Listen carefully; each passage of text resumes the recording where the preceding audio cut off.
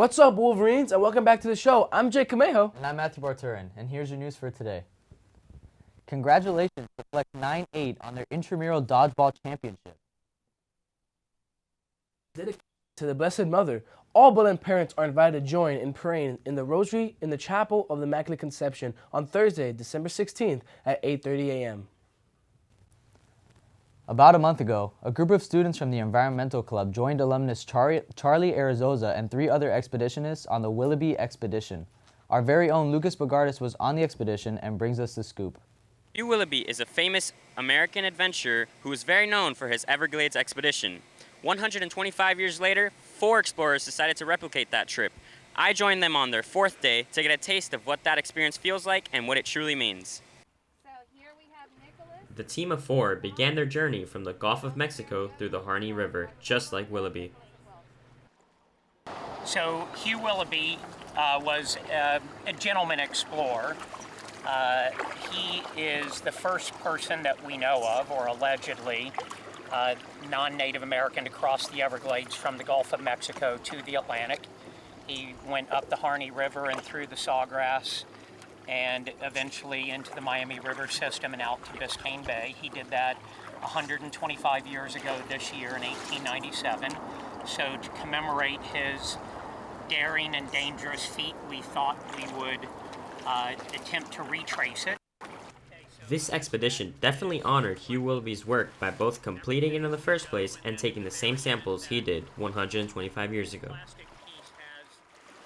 Yeah, so we are testing the same compounds that Willoughby tested for, and we're actually able to do those on this small photometer that we brought with us. So we can do those on site, and then we're also doing water quality like temperature, pH, conductivity, dissolved oxygen and those things. And then in addition, we're doing some of the emerging contaminants, so looking at perfluorinated and alkyl substances, so PFAS, which are in a lot of waterproofing gear and fast food wrappers and a number of other things, basically because they stay in the environment for a really long time. They're known as forever chemicals, and so they can stay in the environment for hundreds of years, and we've found them all over. We're also looking for microplastics because they are also found all over the environment. And then we're looking for pharmaceuticals, personal care products, pesticides. This expedition will certainly go down in South Florida's history for its environmental discoveries and has unquestionably set a precedent for more scientific journeys. So I just think we live with nature, we're one with nature. Most people don't get to experience this, and I wish more did. The expedition not only gave new findings, but also became a learning experience for our very own environmental club. I thought it was a great opportunity for all of the boys to experience hands-on scientific research, sample accruement, and possibly analysis with the University of Florida. My main thing for them is to see it out in the open. So not only was it a great opportunity, but all of the things that we could just take the lid off of will be fantastic. I decided to do this expedition to learn about the damage that's been done to the Everglades, and also it's a pretty cool experience to kayak from Belen all the way to the ocean. This record-breaking journey has definitely honored Hugh Willoughby's work and will definitely go down in South Florida's history. For WBLN, I'm Lucas Bogardis. A well-known local author, Vanessa Garcia, has built her successful career from the ground up. Matthew Barturin tells us more. Vanessa Garcia is a renowned Cuban-American author who has written everything from children's books to famous nonfiction novels. She speaks about the journey through her writing career and how she's gotten to where she is today. I started my career as a writer. While I went to school for writing, I'd studied English and art history initially as my BA. Eventually ended up getting a master's and then a PhD, but I worked right after college for another writer. And he was a British writer, and I learned how to live life as a writer. I was his assistant. I did a lot of research for him. I went on a bunch of trips like to Bellagio and Ghana and a bunch of places, and it was invaluable. It was an apprenticeship. So after I stopped working for the writer, his name is Carol Phillips, I then started to say, okay, I'm going to just do what I want to do in the sense of no matter what, everything that I do is going to be toward my career as a writer. So I took on, I never did a 9 to 5. I did that for some internships and that sort of thing in summers in college, and I decided that I would freelance, and it was incredibly hard.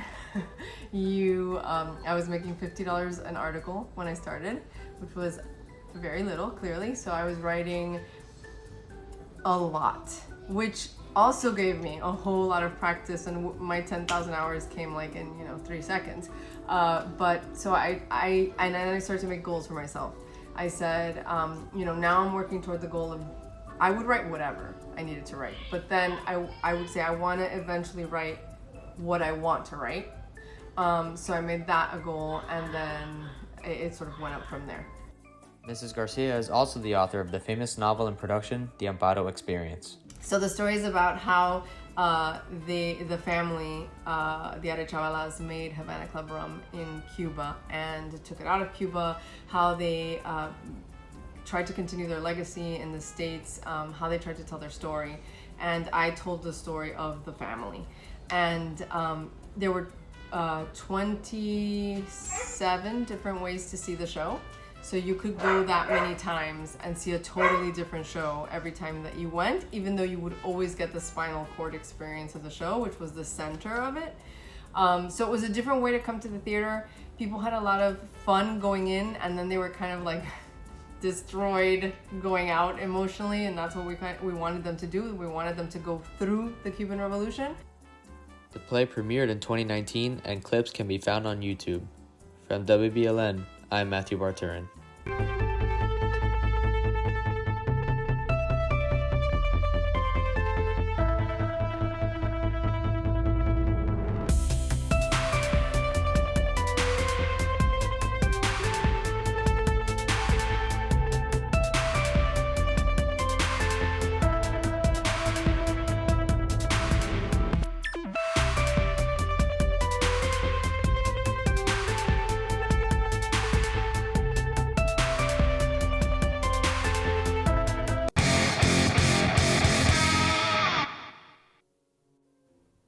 What's up, Wolverines? I'm Matthew Villalvides, and here's your sports for today.